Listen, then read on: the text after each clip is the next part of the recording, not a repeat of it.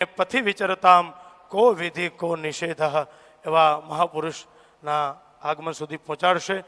આવો એમના ભાવપૂજનમાં આપણે સૌ સંમિલિત થઈએ. બોલીએ શ્રી ભાગવત ભગવાન કી જય. કૃષ્ણાય વાસુદેવાય દેવકી નંદનાય ચ નંદગોપ કુમારાય ગોવિંદાય નમો નમઃ. કૃષ્ણં નારાયણં વંદે કૃષ્ણં વંદે વ્રજપ્રિયમ કૃષ્ણં દ્વૈપાયનં વંદે કૃષ્ણં વંદે પ્રથાસ્તુતં. આવો હવે નિવેદન કરીએ આજના સુંદર મજાના શબ્દથી શાસ્ત્રને શણગારનારા એવા જમનાદાસજી મહારાજને કે સુંદર મજાની કથા.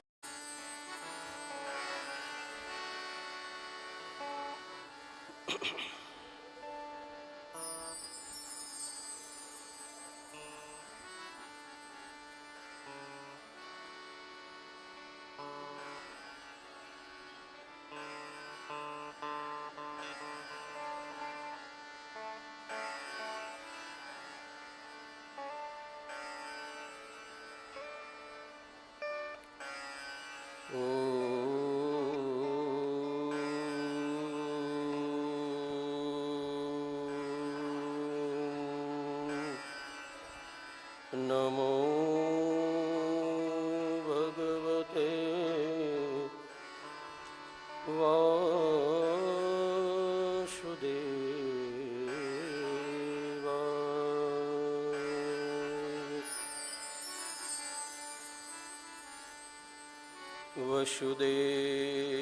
વસુદેવસુતં દેવં કંસચારુણમર્દનં દેવકી પરમાનંદં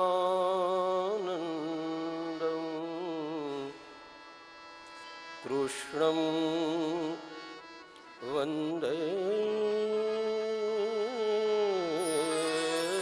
જગદ્ગુરુ. બોલીએ દ્વારિકાધીશ કી જય. શ્રી રામચંદ્ર ભગવાન કી જય.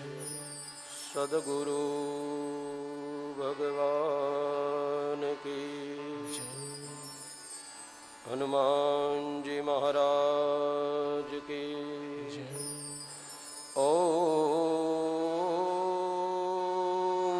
નમઃ પાર્વતી પતયે હર હર મહાદેવ.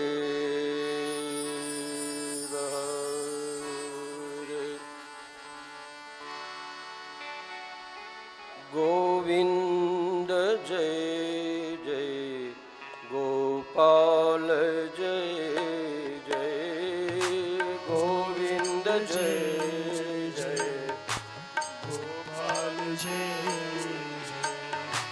ગોવિંદ જય જય ગોપાલ જય જય ગોવિંદ જય જય ગોપાલ જય જય.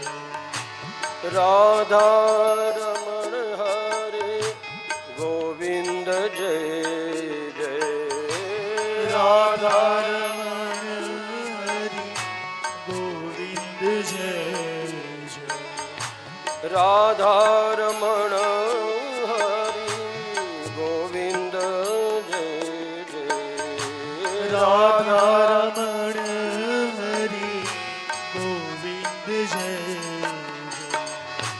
ગોવિંદ જય જય ગોપાલ જય જય ગોવિંદ જય જય ગોપાલ જય જય ગોવિંદ જય જય ગોપાલ જય જય ગોવિંદ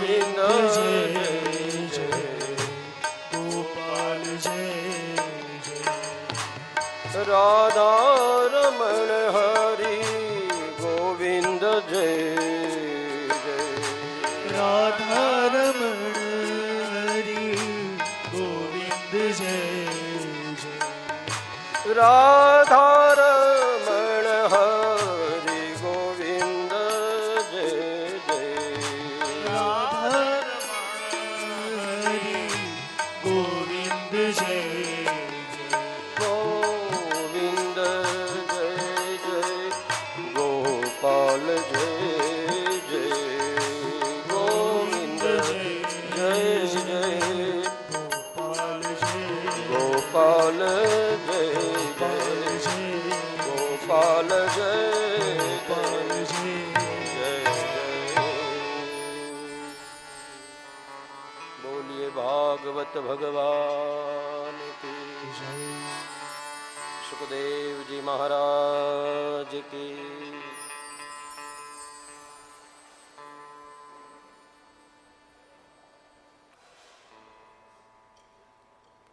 કરુણાસાગર કરુણા વૃણાલય અખિલ બ્રહ્માંડ નાયક પરમ કૃપાળુ ભક્ત કલ્પતરુ આનંદ કંદ પરમાત્માની અલૌકિક અહેતુકિક કૃપાથી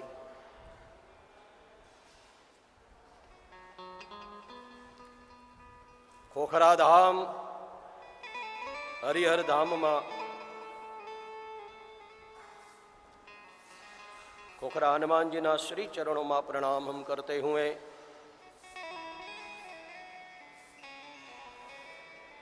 परम चेतना पूज्यपाद केशवानंद बापू के चरणों में प्रणाम करते हुए और पूज्य माँ के चरणों में प्रणाम करते हुए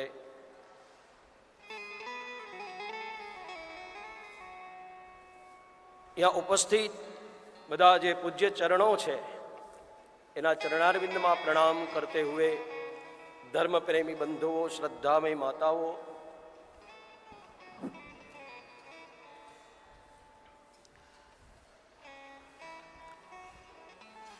શ્રીમદ ભાગવતજીના 11 અધ્યાય સુધી પ્રથમ સ્કંધની અંદર પૂજ્યપાદ અમારા શ્રી કનૈયાલાલભાઈ બહુ સરસ રીતે બહુ છણાવડતી બહુ ટૂંકમાં અને બહુ સરસ રીતે જે ચર્ચાઓ કરી શ્રીમદ ભાગવતજીની અંદર પરમાત્મા દ્વારિકા પધારે છે દ્વારકાવાસીઓને પરમ આનંદ થયો દ્વારકાધીશનું દર્શન કર્યું અહીંયા પરમાત્માની ઐશ્વર્યતા થોડીક આપણને શ્રીમદ ભાગવતમાં જોવા મળે છે પ્રભુને એમ લાગ્યું કે દ્વારકાની અંદર હું આવું છું એકી સાથે બધી પટરાણીઓને કેમ મળું તો પરમાત્મા 16,108ના રૂપમાં પ્રગટ થયા કોઈને ખબર ન પડી આ લીલા જેમ રામચરિત માનસમાં ગોસ્વામીજી લખે છે અમિત રૂપ પ્રગટે તેહી કાલા જથા જોગ મિલે શબહી કૃપાલા આ રીતે પરમાત્મા દ્વારિકાધીશ બધા મહેલમાં એકી સાથે પ્રવેશ કરે છે બડી પ્યારી સુંદર કથા વર્ણન કરી ભાઈશ્રીએ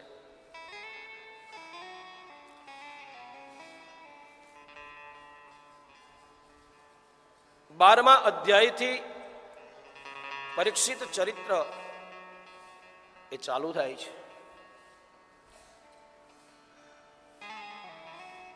આ એવું પાત્ર છે જેને વિશ્વને એક એવું દ્રષ્ટાંત એવો દાખલો આપ્યો કે જગતની અંદર શ્રવણ ભક્તિ કરવાથી ઈશ્વરની પ્રાપ્તિ સદગતિ મુક્તિ પ્રાપ્ત થઈ શકે છે આ એક એવું પાત્ર છે જેને વિશ્વને એવો બોધ આપ્યો કે પરમાત્માની પ્રાપ્તિ કેવલ અને કેવલ પ્રેમથી જો કથા શ્રવણ કરે તો એને ઈશ્વર મળે છે એટલે કે રામાયણમાં ગોસ્વામીજી લખે છે મમ ગુણ ગાવત પુલક શરીરા પ્રભુની પ્રાપ્તિ શ્રવણ માત્રથી થાય છે પણ ભાવથી કરવામાં આવે શ્રવણ તો પ્રભુની પ્રાપ્તિ થઈ શકે છે આ એવું પાત્ર છે, જેમ ભાઈશ્રીએ વાત કરી કે જગતને જોયા પહેલા જેને જગદીશનું દર્શન માના ગર્ભમાં કર્યું છે, ઇતના બડા પ્યારા અતિ સુંદર પાત્ર પરીક્ષિતજી છે.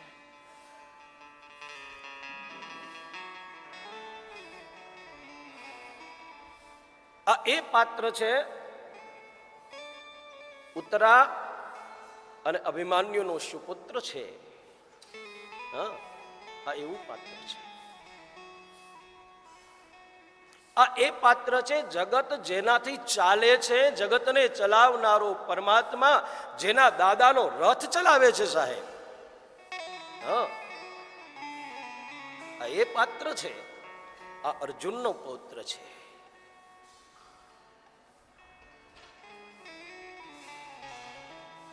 અર્જુનજી સૂતા હોય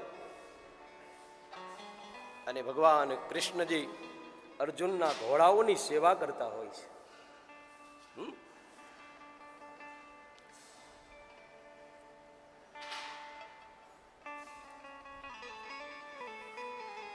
આ બહુ બડી અતિ સુંદર પાત્ર. શ્રીમદ ભાગવત કથાના એક એક પાત્રો એટલા સુંદર છે, જેના એક એક પાત્રો પર કદાચ હું તમે બોલવા જઈએ ને સાહેબ તો દિવસોના દિવસો થોડા લાગે, છતાંય જેનો અંત ન પામી શકાય. આવા પાત્રો છે. પિતામહ ભીષ્મ, શું વાત કરીએ સાહેબ. એ વખતનો એ મહાપુરુષ, શ્વેત કેશ જેના હશે, શ્વેત વસ્ત્ર, શ્વેત છત્ર, શ્વેત રથ, શ્વેત અશ્વો, અરે બાપ, જેનું જીવન શ્વેત આખું, જેની મતિ શ્વેત, આ એવું પાત્ર છે. ઇતિમતિ રૂપ કલ્પિતા, આ એવું પાત્ર છે. ધર્મરાજ યુધિષ્ઠિર, એક એક પાત્રો જુઓ.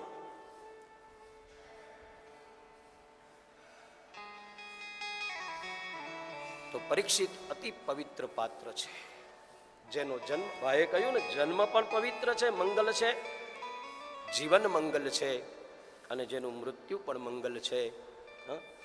એક પ્રશ્ન એ ઉઠે આપણને કે પરીક્ષિત મહારાજે કથા શ્રવણ કરી તો એ શું મુક્તિ માટે શ્રવણ કરી હતી? જેને માના ગર્ભના અંદર પરમાત્માનું દર્શન થયું છે, મુક્તિ તો સહજ છે એના માટે.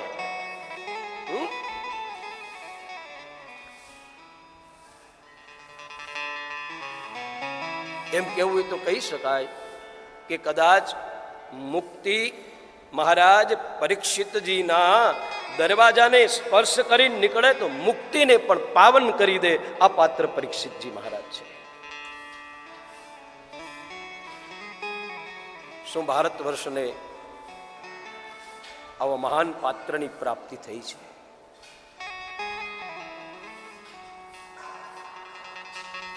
પરમ ભાગવત મહારાજ પરીક્ષિતજી, શ્રીમદ ભાગવતમાં પ્રથમ સ્કંધની અંદર 3 મહાપુરુષોને પરમ ભાગવત કહેવામાં આવ્યા છે. એક પિતામહ ભીષ્મજી, મહારાજ યુધિષ્ઠિર, અને ત્રીજા છે મહારાજ પરીક્ષિત. 3 ભાગવત પુરુષોમાં મહાન પરમ ભાગવત પુરુષ મહારાજ પરીક્ષિતજી.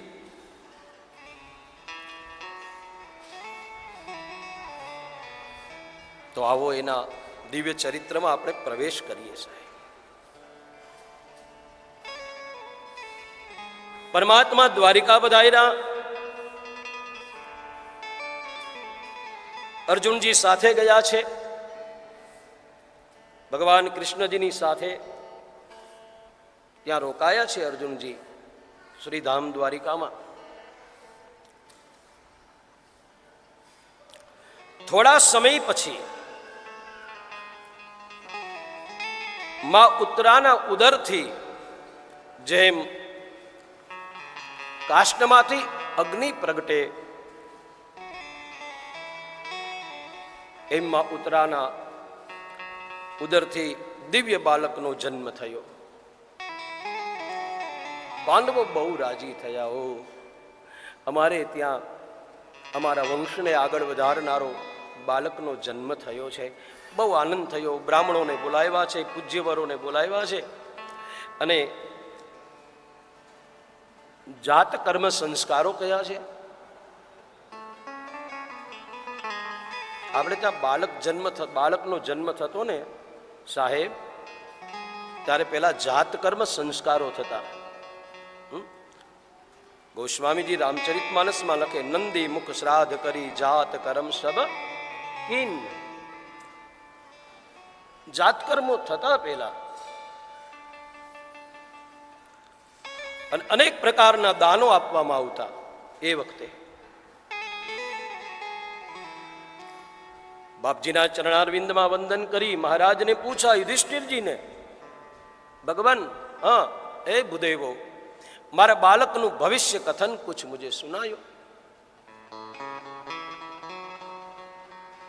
બ્રાહ્મણોએ બહુ સુંદર ભવિષ્ય કથન કર્યું કે રાજન, આ તમારો પુત્ર મહાન થશે,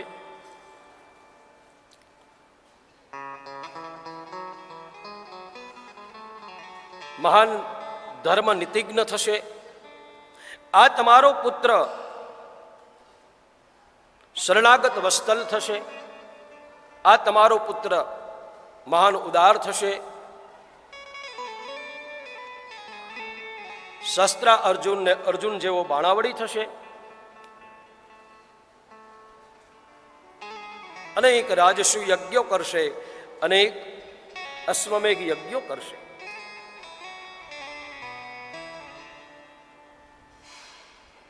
પણ રાજન, જન્માક્ષરોમાં અષ્ટમ સ્થાન, આઠમું કુંડલીનું જે સ્થાન જન્મ કુંડલીનું, એ મૃત્યુ સૂચક છે. આનું મૃત્યુ કેવી રીતે થશે? આ બ્રાહ્મણનો અપરાધ કરશે અને બ્રાહ્મણના શ્રાપથી આનું મૃત્યુ થશે. એને સર્પદંશથી મૃત્યુ થશે, બ્રાહ્મણનો શ્રાપ લાગશે અને બ્રાહ્મણ શ્રાપ આપશે કે સર્પદંશથી તારું મૃત્યુ થશે. આવું આનું મૃત્યુ લખાયેલું છે. પાંડવો તો ધ્રુજી ગયા, બાપજી અમારો પુત્ર બ્રાહ્મણનો અપરાધ કરે, એ અમને યોગ્ય લાગતું નથી બાપજી. બોલે રાજન, બ્રાહ્મણનો અપરાધ તો કરશે, પણ એનું મૃત્યુ એટલું મંગલમય થશે, કોઈ બ્રહ્મનિષ્ઠ સદગુરુનું શરણ પ્રાપ્ત થશે તો એ શ્રાપ મળેલો એ મુક્તિમાં પરિવર્તિત થઈ જશે, એની મુક્તિ થઈ જશે. અને પછી તો બ્રાહ્મણોને વિદાય આપ કરી છે મહારાજ યુધિષ્ઠિરજીએ. બ્રાહ્મણોને વિદાય કરતા કહ્યું છે, બાપજી હવે ભેગા ભેગા મારા પુત્રના નામકરણ સંસ્કાર भी जरा कर दो. हाँ? बोले राजन सुनिए,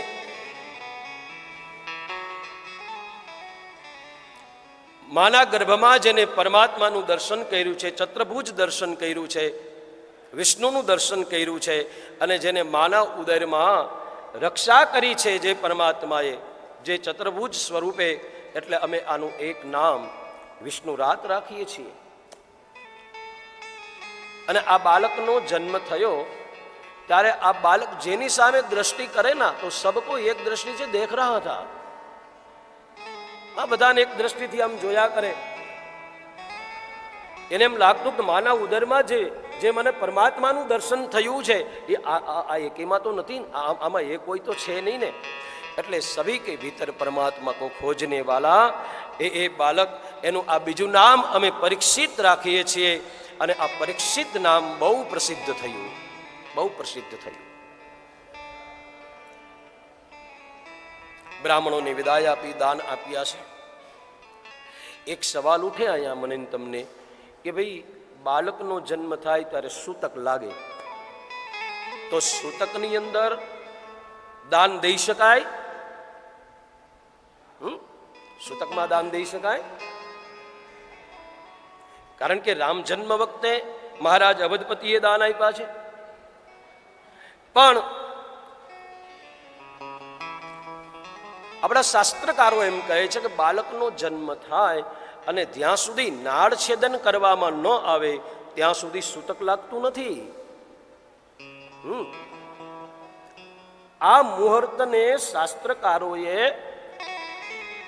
પ્રજાતીર્થ મુહૂર્ત તરીકે પુકાર્યું છે. પ્રજાતીર્થ મુહૂર્ત તરીકે ને કહેવામાં આવે છે.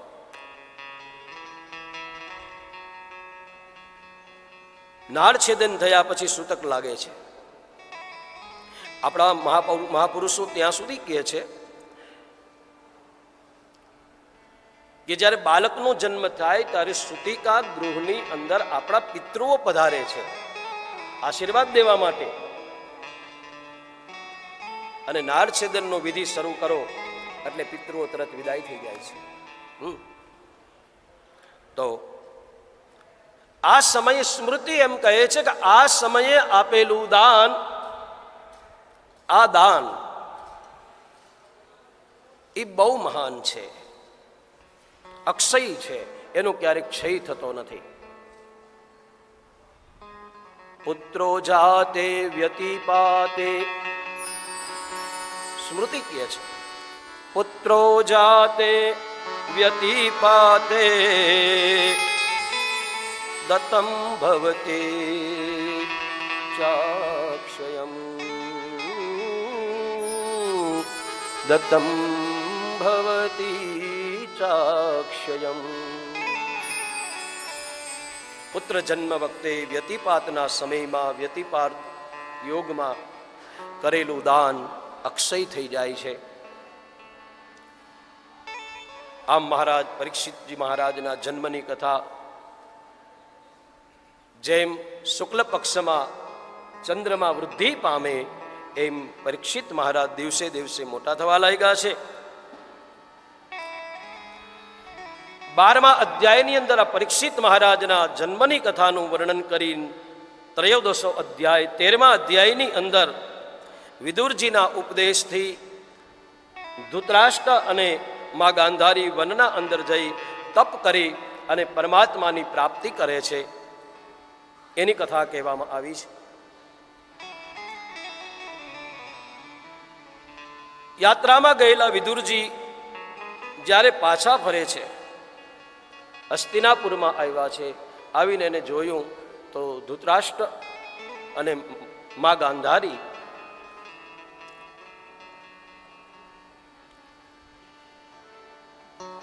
સમજાવે છે.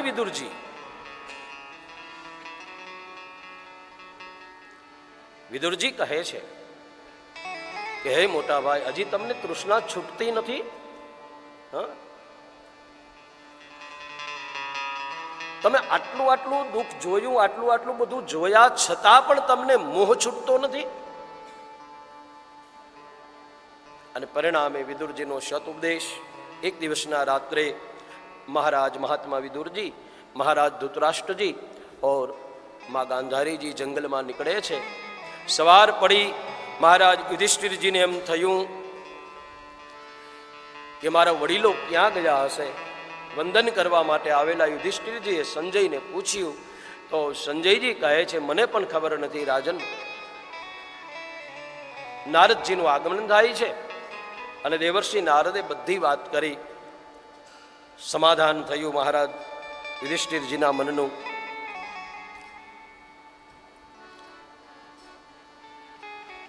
તેરમા અધ્યાયમાં આ બધી કથાનું વર્ણન કરી.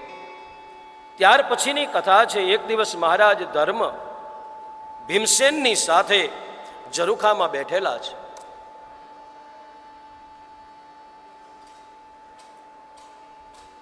દિશાઓ તરફ નજર કરી તો દિશાઓ ધૂંધળી દેખાય, અપશુકનોની જરાયને પરંપરાઓ દેખાય થોડી.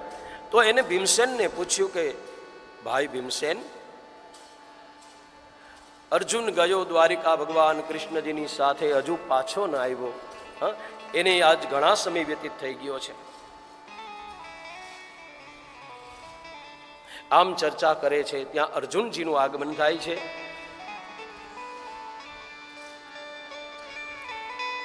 પ્રણામ કર્યા ધર્મરાજને અને ધર્મરાજાએ પૂછ્યું, યુધિષ્ઠિરજીએ પૂછ્યું કે અર્જુન, તારા મુખ ઉપર આટલી બધી ઉદાસીનતા ક્યો? કેમ આટલો બધો ઉદાસ છે બાપ? તારાથી કોઈ ખરાબ કામ થયું છે તારાથી કોઈનો અપરાધ થયો છે, તારાથી કોઈ બ્રાહ્મણનું અપમાન થયું છે, બાપ તો ઉદાસ ક્યું છે ઇતના? બોલે મોટા ભાઈ, આપણા બધાની જેને રક્ષા કરી એ પરમાત્મા કૃષ્ણજી આ ધરાધામ છોડીને જતા રહ્યા છે.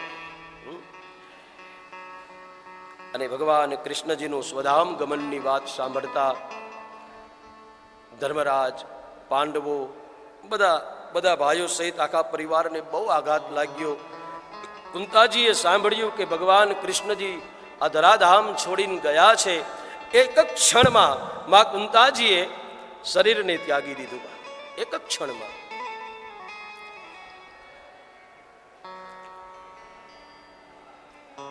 યુધિષ્ઠિરજી કહે છે કે પરમાત્માના ગયા પછી આપણું અહીંયા શું કામ છે? તૈયારી કરી આપણે પણ હિમાલય તરફ યાત્રા કરીએ. અને પાંડવો મહારાજ પરીક્ષિતનો રાજ્યાભિષેક કરે છે. રાજકુમાર પરીક્ષિત લાયક માની, દરેક રીતે યોગ્ય માની રાજ તિલક કરવામાં આવ્યું. રાજ્યની ધોરા એને સમર્પિત કરવામાં આવી. અને પાંડવો ભગવતી દ્રૌપદી સાથે નીકળે છે હિમાલયના અંદર. આ બાજુ મહારાજ પરીક્ષિતજી સમ્રાટ બને છે. ઉત્તરની પુત્રી એમની સાથે એનું લગ્ન કરવામાં આવે છે. ઉત્તરની પુત્રી સાથે લગ્ન થયું છે, જેનું નામ છે ઈરાવતી. જન્મે જે આદિ 4 સંતાનોની જેને પ્રાપ્તિ થઈ છે, દિવ્ય જીવન જીવે છે. એક દિવસ મહારાજ એવો વિચાર કરે છે કે મારા વડીલોએ દિગ્વિજયો અનેક વાર કર્યા છે, તો મેં બી દિગ્વિજય માટે નીકળું. અને દિગ્વિજય માટે નીકળે છે. અનેક રાજ્યોને પોતાના તાબે કરતા કરતા મહારાજ પરીક્ષિતજી દિગ્વિજય કરી અને જ્યારે હસ્તિનાપુર આવે છે, એક દિવસનો સમય મહારાજ પરીક્ષિતજી નગરચર્યા કરવા માટે બહાર નીકળે છે. તો ગામના બહાર થોડે દૂર ગયા. દૂર જતા એને એક દ્રશ્ય જોયું. બડા પ્યારા દ્રશ્ય થા. પહેલા તો લાગ્યું બહુ સુંદર છે. ગૌ માતાના દર્શન થયા. એમ લાગ્યું કે વાહ, ગૌ માતાના દર્શન થયા છે. અને ગૌ દર્શન એ અતિ શુભ માનવામાં આવે છે આપણા શાસ્ત્રમાં. પણ મહારાજે બીજી વાર આમ બરાબર નજર કરી તો ગાયની બાજુમાં એક વૃષભ પણ છે. અને કોઈ રાજાના પોશાંકમાં કોઈ શુદ્ર આ બંનેની પીડા કરી રહ્યો છે. આવું દ્રશ્ય એને જોયું.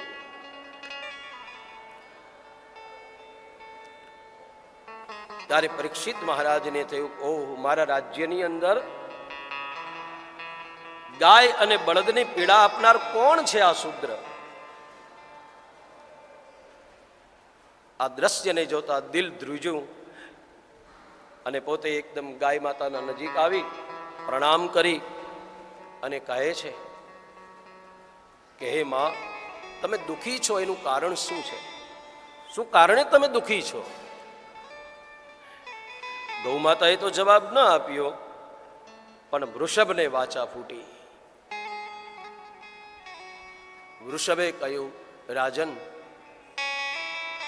કોણ દુઃખ આપે નક્કી થતું નથી. આમ તો કાંઈ કોણ દુઃખ આપે? અને વાત એ સાચી છે ને સાહેબ, આપણને કોણ દુઃખ આપે છે?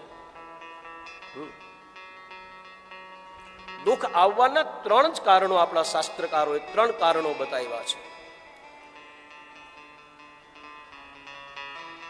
મને અને તમને દુઃખ થાય છે એના 3 કારણો છે: કાળ, કર્મ અને સ્વભાવ. આ 3 વસ્તુ દુઃખ ઉત્પન્ન કરે છે. એક તો સમય દુઃખ આપે છે. ક્યારે સમય પલટાય સાહેબ, किसी को मालूम नहीं होता. एक शरखा દિવસ સુખના કોઈના જાતા નથી. એક સરખા સુખના દિવસ કોઈના જતા જ નથી. સમય દુઃખ આપે છે.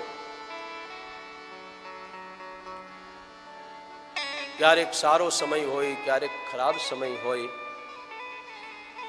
બીજું કર્મ દુઃખ આપે છે. हमारे गोस्वामी जी तो बड़े प्यारे शब्द चित्र लिखते हैं साहेब. कावुन को सुख दुख कर दाता, कावुन को सुख दुख कर दाता, कावुन को सुख दुख करे दाता, कावुन को सुख कर दाता, निज कृत कर्म भोग सब भ्राता, निज कृत कर्म सब भ्राता, निज कृत कर्म भोग सब भ्राता, निज कृत कर्म सब भ्राता. કોઈ કોઈને સુખ નથી આપતું જગતમાં, કોઈ કોઈને દુઃખ નથી આપતું સાહેબ. બધા પોતાના કરેલા કર્મના ફલ એ ભોગવે છે. તમે કર્મ કરો ऐसा फल मिलेगा. जस करनी कर तस फल चाखा. તો કર્મ દુઃખ આપે છે. અને ત્રીજું દુઃખનું કારણ છે વ્યક્તિનો સ્વભાવ. સ્વભાવ દુઃખરૂપ બને છે.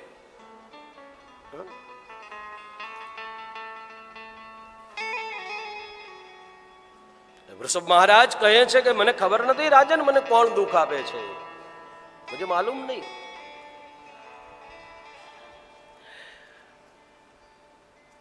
પરીક્ષિત મહારાજને થયું અરે તમે તો બહુ દિવ્ય વાણી બોલો છો, તમારી આ દિવ્ય વાણી સાંભળતા મને એમ લાગે છે આપ કોઈ સામાન્ય વૃષભ નહીં, આપ સાક્ષાત ધર્મ છો. અને ગાય માતા કોઈ સામાન્ય ગાય માતા નથી, સાક્ષાત ધરણી છે, ધરતી માતા છે. પણ આ તમને દુઃખ આપે આ શુદ્ર પુરુષ કોણ છે? પરીક્ષિત મહારાજે પૂછ્યું. પરીક્ષિતજી પૂછે છે કે અરે ભાઈ તું કોણ છે? તારે પરીક્ષિતજીની સામે કલયુગ ઉભો રહીને કહે છે કે મહારાજ હું કલયુગ છું. અને કલયુગનું જ્યાં આમ નામ સાંભળ્યું ત્યાં તો રાજાએ તલવાર ખેંચી અને ખડગ ખેંચી અને મારવાની તૈયારી કરી. ત્યાં માથા ઉપરનો મુગટ નીચે ઉતારી મહારાજના ચરણારવિંદમાં ધરી અને ક્ષમા માગી, યાચના કરી, આપ તો શરણાગત વત્સલ છો, મને ક્ષમા કરો, ક્ષમા કરો. હવે શરણાગતનું રક્ષણ કરવું ક્ષત્રિય ધર્મ છે અને મરાય નહીં. તો મહારાજ પરીક્ષિતજી કલયુગને એમ કહે છે દુષ્ટ, મારા રાજ્યમાં તું આવ્યો કેવી રીતે? કોની આજ્ઞાથી તું આવ્યો? મારું રાજ્ય છોડીને જતો રહે. राजन सब जगह पर आपका ही राज्य है, હું જાઉં તો ક્યાં જાઉં? મારે ક્યાં જાવું?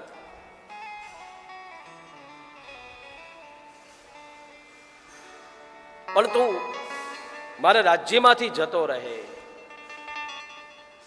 તારો પ્રભાવ મારા રાજ્યમાં પડવો ન જોઈએ. ત્યારે કલયુગે એક વાત બહુ સરસ કરી.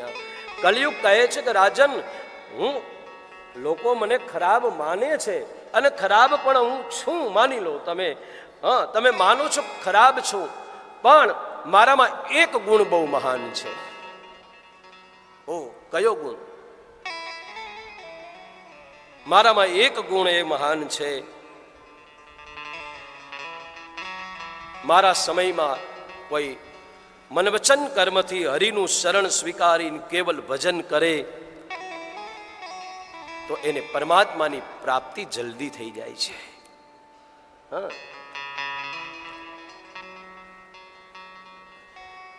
મારા યુગમાં ન તપો ન યોગ, મારા યુગમાં તપ કરવાની જરૂર નથી, ન યોગ કરવાની જરૂર, હા, ન સમાધિની જરૂર છે.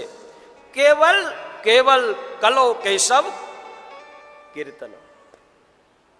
કલિયુગમાં કેવલ હરિનામ કેશવનું કીર્તન કરો, સાહેબ તમે તરી જાશો. હા, કેવલ હરિનામ કીર્તન, કેવલ એક આધાર હરિનામ.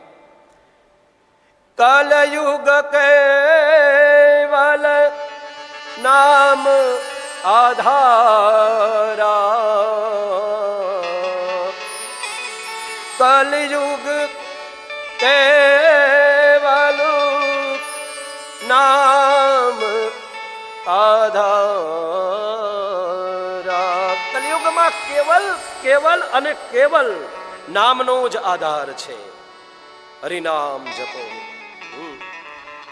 નહીં કલી કર મન ભક્તિ વિવેકો, નહીં કલી કર મન ભક્તિ વિવેકો, નહીં કલી કર મન ભક્તિ વિવેકો, નહીં કલી કર મન ભક્તિ વિવેકો,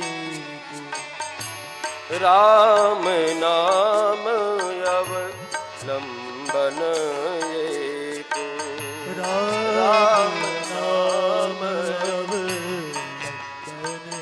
કેવલ હરિ નામનો આશ્રય. કલયુગ કેવલ હરિ ગુણ ગાહા, કેવલ હરિ નામનું સંકીર્તન કરો. બોલે તો તારામાં બહુ સરસ ગુણ છે ભાઈ. બોલે મહારાજ તો આપ મને શા માટે આથી કાઢી મૂકો છો? કોઈ રહેવાનું સ્થાન આપો. તો પરીક્ષિત મહારાજે 4 સ્થાનો આપ્યા છે. શ્રીમદ ભાગવતજીમાં એમ લખ્યું છે 4 સ્થાનો આપ્યા છે. ધ્રુતમ પાનમ સ્ત્રીહ શૂન્ય, ધ્રુત કલિયુગને કહે છે તારે ત્યાં રહેવું જ્યાં જુગાર રમાતો હોય ત્યાં. જુગારમાં કલિયુગ છે. જુગાર રમે એનામાં કલિયુગ, પણ રમાડે એનામાં કલિયુગ હોય. હો સાહેબ, હા, ઘણા રમે નહીં પણ રમાડે ખરા. ઓરડો ખાલી કરી દે કે આમાં તમારે આવી જાવ.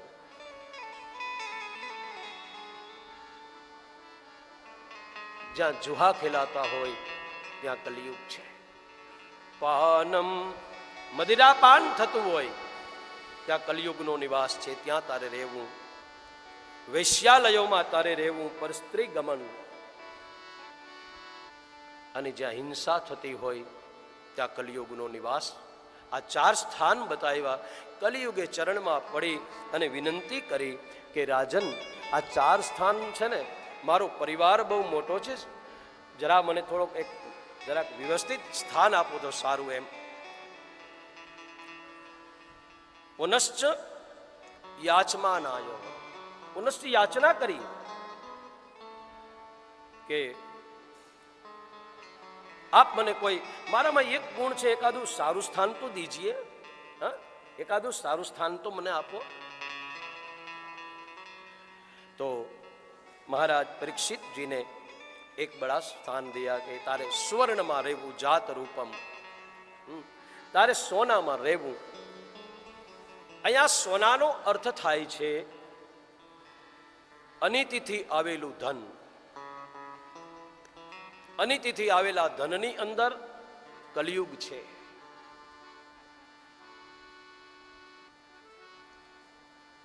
દરેક સોનામાં કલિયુગ નથી સાહેબ. હા, નહીતર સોનાની દ્વારિકા છે. પણ સોનાની દ્વારિકામાં કોઈની ઈંટ ન ડગાવી શક્યું, કારણ કે નીતિના પાયા પર છે. લંકા સોનાની હતી. હા, રાવણે મૃગ મોકલ્યો સોનાનો. રામાયણજીની કથા છે. સોનાનો મૃગ મોકલ્યો તો ભગવાને એ મૃગનો નાશ કર્યો.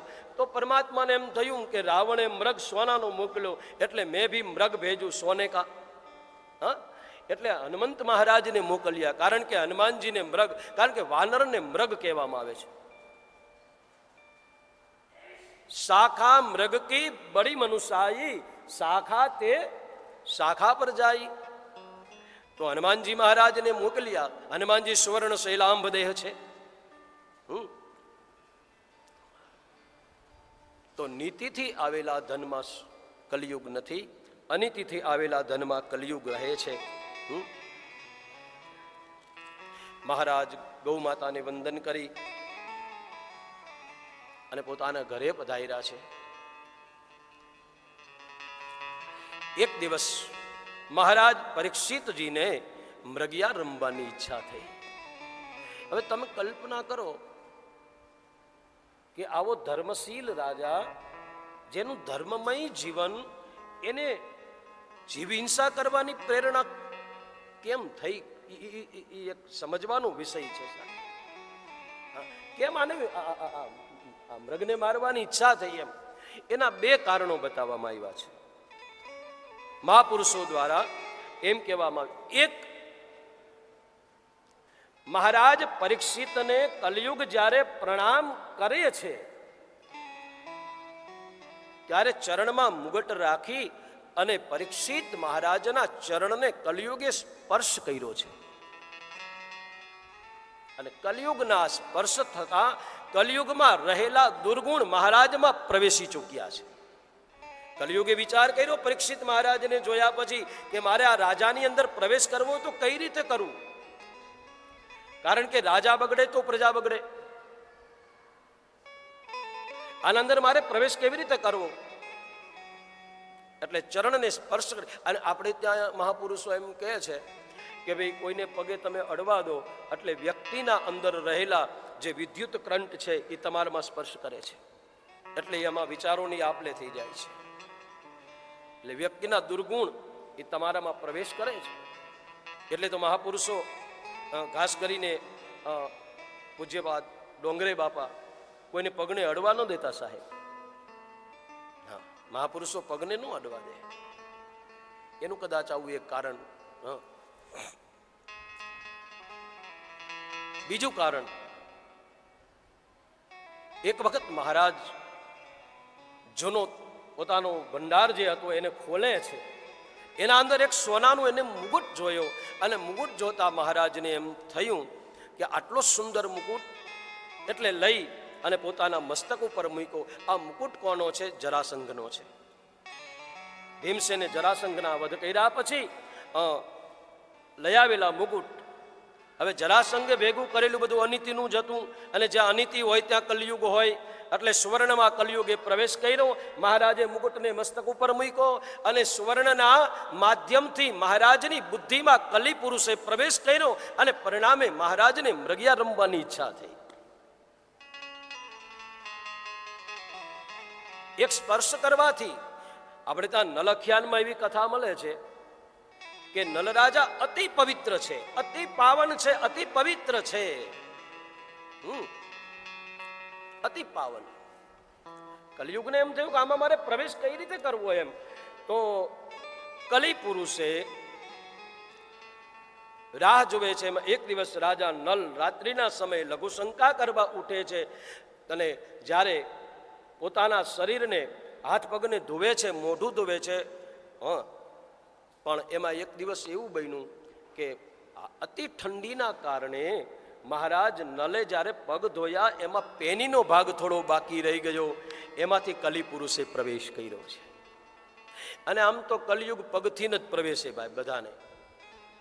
હા, સીધો મસ્તકમાંથી પ્રવેશ ન કરે, બધાને પગથી જ.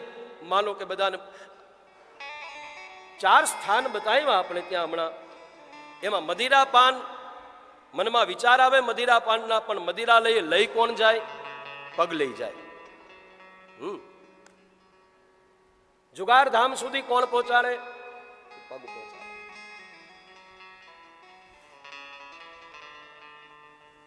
તો મહારાજ પરીક્ષિત ને મૃગિયા રમવાની ઈચ્છા થઈ. રથમાં બેસી જંગલમાં મૃગિયા રમવા માટે નીકળે છે. ભૂખ લાગી, તરસ લાગી છે. ભૂખ તરસથી વ્યતીત રાજા પાણીની તલાશ કરતા કરતા જંગલમાં ફરે છે. તો એમાં સમિક મુનિના આશ્રમે પધારે છે. આશ્રમની અંદર આવીને જોયું તો સમિક મહર્ષિ ધ્યાનસ્થ સ્થિતિમાં છે. મહારાજે પાણીની માંગ કરી, પણ ધ્યાન અવસ્થાને લઈને સમિકજીએ કાંઈ જવાબ ન આપ્યો. તો રાજાને લાગ્યું કે આ તો ઢોંગી ઋષિ છે, મારો સત્કાર એને કરવો નથી, એટલા માટે થઈ અને આ સમાધિનું બાનું બનાવે છે. એટલે રાજાએ આજુબાજુમાં નજર કરી તો એક એને સર્પ જોયો. એ સર્પને મારી અને સમિક મુનિના ગળામાં સર્પને પહેરાવી દીધો છે. આ દ્રશ્ય એક ઋષિ બાલકે જોયું. દોડતો દોડતો કૌશિકી નદીમાં સ્નાન કરતો સમિક પુત્ર શૃંગીની પાસે આવી અને વાત કરી કે શૃંગી, હા, તારા પિતાના ગળામાં કોઈએ સર્પનો હાર પહેરાવ્યો, મરેલા સર્પનો. બોલે કોણ હતું? કે બોલે રાજા જેવો કોક હતો. શૃંગી વિચાર કરે છે કે આહ પ્રભુ, ધરાધામ છોડીને ગયા પછી આ ધરતી પર પાખંડી રાજાઓ એટલા વધ્યા છે. અને વિચારો કરતા કરતા કૌશિકી નદીમાં સ્નાન કરતા ઋષિ કુમારે હાથમાં જળ લઈ આચમન કર્યું. આચમન કરી અને પાછો હાથમાં જળ લઈ સંકલ્પ કર્યો અને દર્ભના સ્પર્શ કરાવી દર્ભને, અને હાથમાં જળ લઈ અને શૃંગીએ શ્રાપ આવ્યો. વાક બાણ છૂટ્યું. બા હા, વાક બાણ છૂટ્યું.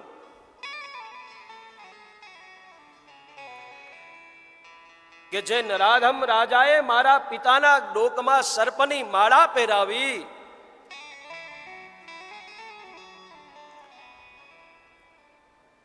ઇતિ લંઘતે મર્યાદમ તક્ષક સપ્તમે હની.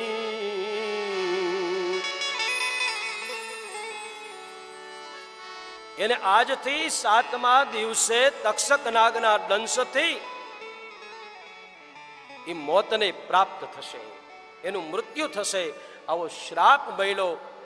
અને પછી રડતા રડતા દોડીને આશ્રમે આવ્યા અને મુક્ત કંઠો રુરોદતી. જ્યારે મુક્ત કંઠે બાળક રડવા લાગ્યો, શમિક મુનિએ આંખ ઉઘાડી પોતાના પુત્રને રડતો જોઈ અને કહ્યું, બેટા, બોલે પિતાજી આપના ગળામાં સર્પ છે. મહારાજે આમ સર્પને મહારાજે દૂર કર્યો. અરે આ તો સર્પ. બોલે પિતાજી તમારા ગળામાં કોઈ રાજાએ આવીને આ મરેલો સર્પ પહેરાવ્યો, પણ પિતાજી મેં એને સજા આપી દીધી છે. મેં એને તક્ષક નાગના દંશથી મૃત્યુનો શ્રાપ આપી દીધો છે. સમિકજીને થયું કે બેટા અપરાધ નાનો, દંડ આવડો મોટો. બોલે ધ્યાન ધરીને જોયું તો પરીક્ષિત પધાર્યા હતા એવું એને જ્ઞાન જોવામાં આવ્યું. અને પછી કહ્યું, બેટા બહુ ખોટું થયું. હા, અને તુરંત પોતાના આશ્રમેથી 2 વ્યક્તિને મોકલા. મહારાજને વાકેફ કરો જઈને કે તમને ઋષિ બાળકનો શ્રાપ લાગ્યો છે, 7 દિવસમાં તમારું મૃત્યુ થશે, 7 દિવસ પછી મૃત્યુ થશે. આ બાજુ મહારાજ પરીક્ષિત ઘરે પધાર્યા. માથા ઉપરથી મુગટને નીચે ઉતાર્યો. નીચે મુગટ ઉતારી અને જ્યાં એને જ્ઞાન થયું, અરે મેં ઋષિનો અપરાધ કર્યો, મેં પાપ કર્યું, હે પ્રભુ આપ મને દંડ આપો, મને સજા આપો. હા, મારી આ મોટી એક ભૂલ થઈ ગઈ છે. ભૂલ તો બધાની થાય સાહેબ, પણ એ ભૂલનો સ્વીકાર કેટલા કરે છે. इंसान गलती का पुतला है, आखिर हो ही जाती है. हाँ, पर कर ले ठीक गलती को, उसे इंसान कहते जो कर ले ठीक गलती को એને ઇન્સાન કહેવામાં આવે છે. અને પ્રભુએ જાણે સ્તુતિ સાંભળી હોય. આ બાજુ આશ્રમેથી આવેલા બે વ્યક્તિએ સમાચાર આપ્યા, મહારાજ તમને ઋષિ બાલકનો શ્રાપ છે. મહારાજ બહુ ધન્ય બન્યા, પ્રભુનો ઉપકાર માયનો, ઠાકોરજીનો. નાથ તમે મારા ઉપર કૃપા કરી, મને દંડની મને સજાનો દંડ મહારાજ મને દંડ આપે આપ્યો, મને સજા આપે કરી મહારાજ, મારા પાપનું મને ફલ મળ્યું. અને પછી તો જન્મે જઈને બોલાવી રાજ તિલક કરી અને મમતાના તમામ બંધનોને કાપી. એ સમયનો યુગ કેટલો મહાન હશે, એ ધારે ત્યારે છોડી શકતા સાહેબ લોકો. હા, બધું ધારે ત્યારે છૂટી જતું.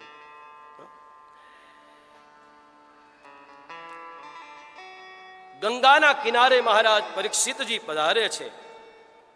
સમાચાર મેલા ઋષિમુનિઓને, એટલે અનેક ઋષિમુનિઓના વૃંદો ગંગા નદીના કિનારે, ગંગાજીના કિનારે પધારે છે.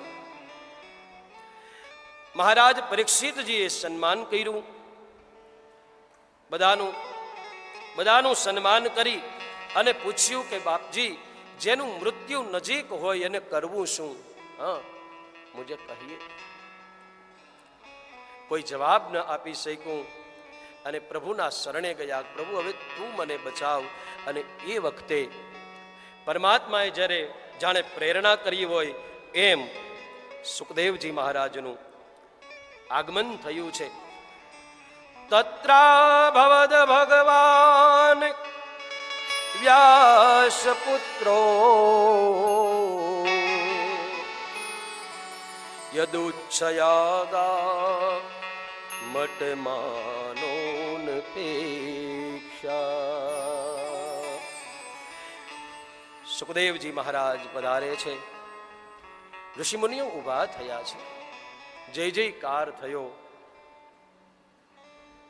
અને પરીક્ષિત મહારાજે સન્માન કર્યું, દિવ્ય આસન ઉપર બેસાડ્યા, ચરણ વંદના કરી, ચરણ પ્રક્ષાલન કરી અને બાપજીના ચરણારવિંદમાં મસ્તક નમાવી અને વિનંતી કરે છે, હે બાપજી, હું આપના શરણે છું, મને ઉગારો, મને બચાવો. અને સુખદેવજી મહારાજનો વરદસ્ત ઊંચો થયો, સ્પર્શ કર્યો મસ્તકને, ભીતર ઠાકોરજીની ઝાંખી થઈ છે અને અતિ આનંદ થયો. અને હવે પછીનો જે દિવ્ય ચરિત્ર શ્રીમદ ભાગવતજીનું આવતીકાલે આપણા જે વક્તા છે એના દ્વારા કરવામાં આવશે. બાપ બોલીએ દ્વારિકાધીશ. નાદાસજી મહારાજ અસલ તો ભરતનગર એમનું નિવાસસ્થાન હાલ મોરબીમાં સ્થાયી છે અને ખૂબ સુંદર દિવ્ય શૈલીમાં સુકાગમનને વર્ણન કર્યા પછી હવે